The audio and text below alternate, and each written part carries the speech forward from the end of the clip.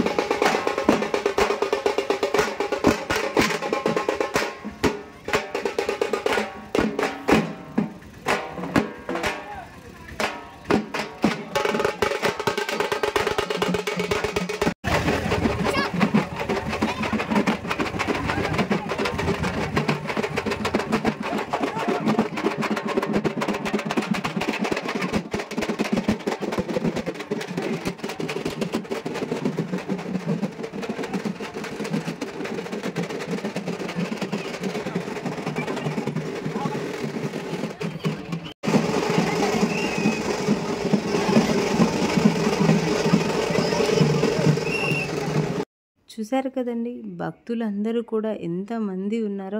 అమ్మవారి ఊరేగింపుకి ఇంత కోలాహలంగా అయితే జరుగుతుందో చూశారు కదా. ఇప్పుడు నెక్స్ట్ వచ్చేసి మనం నూకాలమ్మ టెంపుల్కి అయితే వెళ్ళిపోదామండి. అక్కడ నూకాలమ్మ టెంపుల్లో కూడా జాతర చాలా చక్కగా అయితే చేస్తారనమాట. నూకాలమ్మ టెంపుల్కి అయితే వచ్చేసాము. అమ్మవారి టెంపుల్ అయితే ఇంకా చాలా అంటే చాలా బాగుంటుంది. ఇది వచ్చేసి మూర్తి ఫ్యాషన్ బ్యాక్ సైడ్ అయితే ఉంటుందండి నూకాలమ్మ టెంపుల్. ఇక్కడికైతే వచ్చేసామండి. అమ్మవారి టెంపుల్ బయట అయితే ఎంత చక్కగా రెడీ చేశారో చూశారు కదా. రజికవారి వీధి లాలాపేట గుంటూరులో 109వ కొలుపుల మహోత్సవంలో అయితే జరుగుతున్నాయండి. శ్రీ నూకాలమ్మ అమ్మవారి దేవస్థానంలో అయితే ఇప్పుడు మనం ఉన్నాము.